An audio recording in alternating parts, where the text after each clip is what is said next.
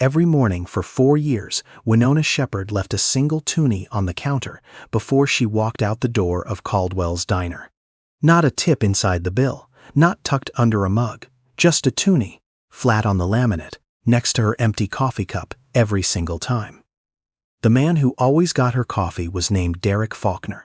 He'd been working the morning shift at Caldwell's since 2019, the kind of guy who remembered how you took your coffee after the second visit and never made a point of mentioning it. 2 creams, no sugar, mug warmed first. He'd learned that about Winona by the 3rd week. After that, her order was ready before she sat down. Derek was 51 years old. He had a bad knee from a construction accident that ended a different life, a 1-bedroom apartment in East Hamilton, and a daughter named Petra who was 11 and lived with her mother in Brantford. He drove out to see Petra every other weekend without fail, even when gas money was tight, which it often was. He never talked about any of this at work. He showed up, made the coffee, cleaned the machine, and smiled like he meant it, because most of the time, he did. Winona came in every weekday at 7:15. She was a school librarian at an elementary school 3 blocks away. 53 years old, short gray hair, she'd stopped fighting sometime around the pandemic, a canvas bag that was always too full of books. She didn't linger. She had a coffee, sometimes a plain bagel toasted dry, and she was out by 7:35. 20 minutes, almost never more. The toonie never changed, not when coffee prices went up, not when the diner switched to paper cups on slow mornings. Always a toonie, always set down quietly without ceremony. Derek noticed it from the beginning. Hard not to. $2 was $2. Not nothing, but not a tip that made anyone's rent. What struck him wasn't the amount. It was the consistency. The way she placed it, the same spot every time, like she was paying an invoice she'd agreed to a long time ago. He never said anything about it. She never explained it. For 4 years, that was the whole arrangement. The winter Winona's mother got sick was the worst of them both. Her mother, Eleanor, had been living independently in a seniors building in Ancaster, sharp mind, strong opinions, the kind of woman who corrected the grammar of her own birthday cards. But in January, something shifted. Eleanor had a small stroke, nothing catastrophic on paper, but enough to change the calculus of everything. She needed more help, more monitoring, more of Winona. Winona was an only child. There was no one else to call. She started driving to Ancaster 3 evenings a week after school, then 4, then 5. She paid for the extra home care hours out of her own pocket because the waitlist for subsidized support was 8 months long, and Eleanor was not the kind of woman who could wait 8 months for anything, let alone her daughter. Winona's savings, which hadn't been impressive to begin with, began to hollow out. She kept coming to Caldwell's every morning. The 20 minutes before school were the only quiet she had. She sat with her coffee and didn't look at her phone and didn't think about the mounting invoices from the care agency and didn't let herself count the days until she didn't know what. She just sat. Derek kept making her coffee. 2 creams, no sugar, mug warmed first. He noticed she looked tired. Not just morning tired, the other kind, the kind that doesn't go away after sleep.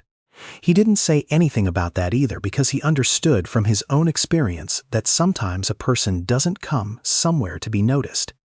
Sometimes they come somewhere to be left alone in a way that still feels like company. So he left her alone. And he made the coffee right. And he let that be enough. One Tuesday in March, she came in and she looked like she'd been crying in the car. Not visibly. She'd composed herself. But her eyes were doing that thing eyes do when they've been working hard. She sat down and wrapped both hands around the mug and stared at nothing. Derek didn't ask. He brought her a plain bagel she hadn't ordered, set it down without comment. She looked up. "I didn't order that." "I know," he said, and walked back to the counter. She ate it. She left the toonie. She didn't say anything, and neither did he. But something had shifted, in the small, quiet way that things shift between people who don't know each other well but have been paying attention for a long time. In April, Winona missed 4 days in a row.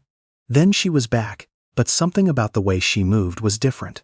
Slower, more careful, like she was navigating around something invisible. Eleanor had fallen. A hard fall, a broken hip, a surgery at 79 years old. Eleanor came through it, but the recovery was long, and the new level of care required was beyond what Winona could manage alone and beyond what the agency could provide without significant cost. There was a conversation about a long-term care facility. Eleanor did not take this conversation well. Winona left that meeting and sat in the parking lot of the hospital for 40 minutes before she could drive. She didn't tell Derek any of this. She barely told anyone. She came in at 7:15 and drank her coffee and left the Toonie and got through the day. What she didn't know was that Derek had already put something together, not from her words. She'd barely said 40 words to him, total beyond coffee orders and weather and the occasional comment about the school board. But from the texture of her presence, the quiet way a person's life shows on them when they're not trying to perform anything. He'd noticed she'd stopped bringing books. The canvas bag was lighter. She used to take out a paperback while she waited. She hadn't done that in 6 weeks. He'd noticed she'd stopped looking out the window in the way she used to, that unfocused, resting gaze. Now she looked at the table. He'd noticed that the Toonie, always placed with such precise calm, had started being set down a little harder, not dramatically. Just with more weight behind it. He was a man who'd learned to read people in the specific way that comes from a life where you don't have the luxury of not reading them. He knew what someone looked like when they were barely keeping it together. He knew because he'd been that person, and he knew because he'd made coffee for that person 100 times. He said nothing, but he started doing something. It was a small thing, barely noticeable. In the tip jar behind the counter at Caldwell's, there was a paper cup Derek had been dropping Toonies into since the first week Winona started coming in. Not all of them. He didn't make enough for that, but 1 a week, sometimes 2 when he could manage it. He'd told himself he wasn't sure why, just that it felt right to match what she was doing. A kind of symmetry, maybe, or something he didn't have a word for yet. The jar sat behind the espresso machine. Nobody asked about it. Nobody really noticed it. Derek worked alone most mornings. By the 2nd year, there were 43 Toonies in the cup. By the 3rd, he'd switched to a mason jar. By the 4th year, it was 2 mason jars on the shelf above the machine, and Derek had stopped trying to explain it to himself. He just kept doing it. 1 for 1, more or less. Every time she left a Toonie's somewhere in his week, he matched it. He wasn't a man with much money. The 2 jars represented something real. Not a fortune, but real sacrifice, real choices made in grocery aisles and on gas station forecourts. He'd told himself, vaguely, that someday there would be a moment where it made sense to do something with it. He didn't know what. He didn't push the question. In May, it stopped being vague. He overheard a phone call she didn't know he could hear. She'd stepped away from the counter to answer it, and she was speaking quietly, but the diner was empty and his ears were good. Something about a private long-term care bed. Something about a deposit. Something about not having it right now, asking if there was any flexibility, the tone of a person asking for something they already know the answer to. She came back to her stool. Her face was very still. He refilled her coffee without being asked. She left the Toonie. Derek went home that evening and counted what was in the mason jars. He counted it twice. He sat at his kitchen table for a long time. Then he called his daughter in Brantford just to hear her voice.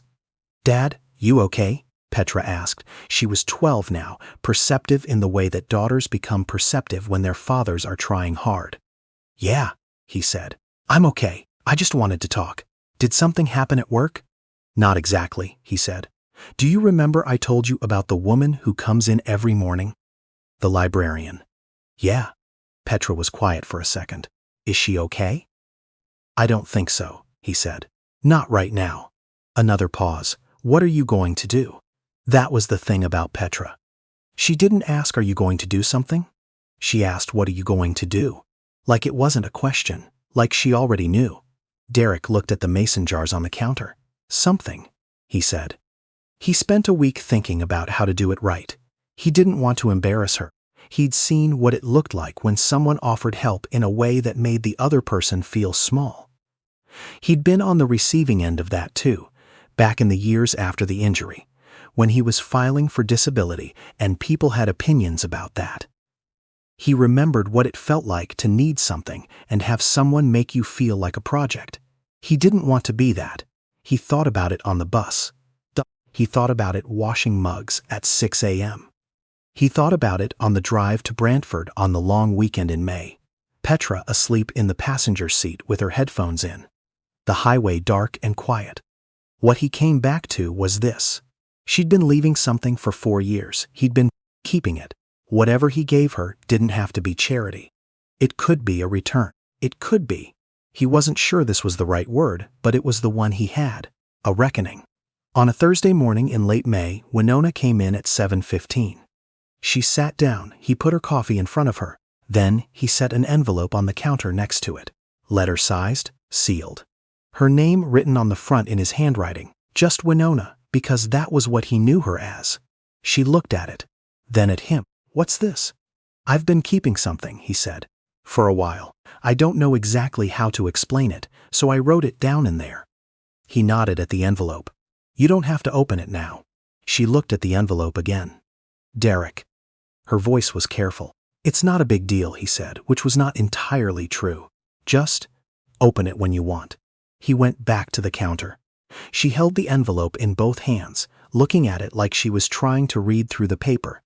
She set it in her canvas bag. She drank her coffee. She left the Toonie. He thought maybe she wouldn't open it until she was home, or maybe she'd never open it, or maybe she'd think he was strange and stop coming in. All of those felt possible. She called the diner's number at 11:43 that morning. He was on break. He called back at noon. "I read your letter," she said. "Okay," he said, "and I counted what was in the envelope." He waited. "Derek." Her voice was different now. Something in it had come loose. "You can't. This is, how long have you been doing this?" "Since around the 3rd week you started coming in," he said. "I'm not totally sure why. It just seemed right." She didn't say anything for a long moment. He heard her breathing. "My mother needs a private care bed," she said finally. "The deposit is $2,400. I've been trying to figure out how to get it without." She stopped. "The amount in this envelope." "I know," he said. "How did you know?" "I heard part of a phone call a few weeks ago. I'm sorry, I wasn't trying to listen." "That's..." Another pause. "That's almost exactly what's in here." "Not exactly," he said. "There's a little more. I thought maybe there'd be other things." She made a sound that wasn't quite a word. He thought maybe she was crying, or trying not to. "I don't know how to take this," she said. "You've been leaving me something every morning for 4 years, he said. "I kept it for you. That's all it is." Eleanor moved into the care facility the following week. It was a good place, not fancy, but kind, which was what mattered. The staff learned Eleanor's name quickly and learned her preferences almost as fast, and Eleanor, who had steeled herself to hate it, found that she could tolerate it, and then, slowly, more than that. Winona came into Caldwell's that Friday morning, and she sat down, and Derek put her coffee in front of her, and she looked at him with the specific expression of a person who doesn't have adequate words and knows it. "Thank you," she said, which was inadequate, and she knew it was, but she said it anyway. "You've been keeping me in business for 4 years, he said. "Seemed like the least I could do." She laughed, a real laugh, surprised out of her. He thought it might be the first time he'd heard her laugh. She left the Toonie. He smiled at it. Here's the part that Winona didn't find out until September, when Derek finally told her over coffee, after the diner was closed, and it was just the two of them, with the lights turned low and the chairs up on the tables around them. He'd been saving the Toonies since the 3rd week, not just because he felt he should, or even because he understood why she left them.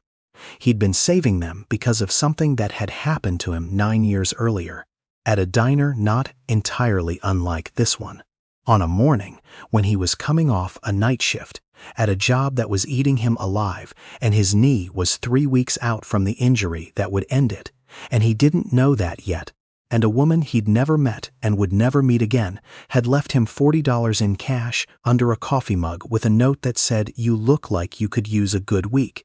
He'd never told anyone that story. He'd carried it for 9 years. He'd tried, for 9 years, to figure out what to do with it. How to pass it on, how to honor it, how to make it mean something beyond the day he found it. He hadn't known until Winona walked in with her canvas bag and her 2 creams and her quiet, precise Toonie that the answer wasn't something he had to go looking for. Sometimes it just sits down across from you at the counter and orders a coffee and waits. Winona listened to all of it. She didn't say anything for a while. "Did the note say who it was from?" she asked. "No name," he said. "Just the $40 in that line." She nodded slowly. "So you never got to thank them?" "No." She picked up her coffee mug, held it the way she always did, both hands, looked out the dark window of the empty diner at the street outside, the street lights catching the early September rain. "I'm going to tell my mother that story," she said finally. "She'll appreciate it. She has a thing about kindness that goes in circles." "Does she?" "She says it's the only kind of math that always comes out right." Derek thought about that for a moment. Outside, the rain came down steadily on Hamilton, on the dark street, on the diner sign with the sea slightly dimmed, on the city going about its evening without asking permission or explanation. Somewhere in Brantford, Petra was doing homework or not doing homework, and her life was moving forward the way young lives do, building towards something that couldn't be seen yet from here. Winona finished her coffee. She reached into her jacket pocket. She set a Toonie on the counter between them. He looked at it. He looked at her. "Old habit," she said, and she was. He left it there.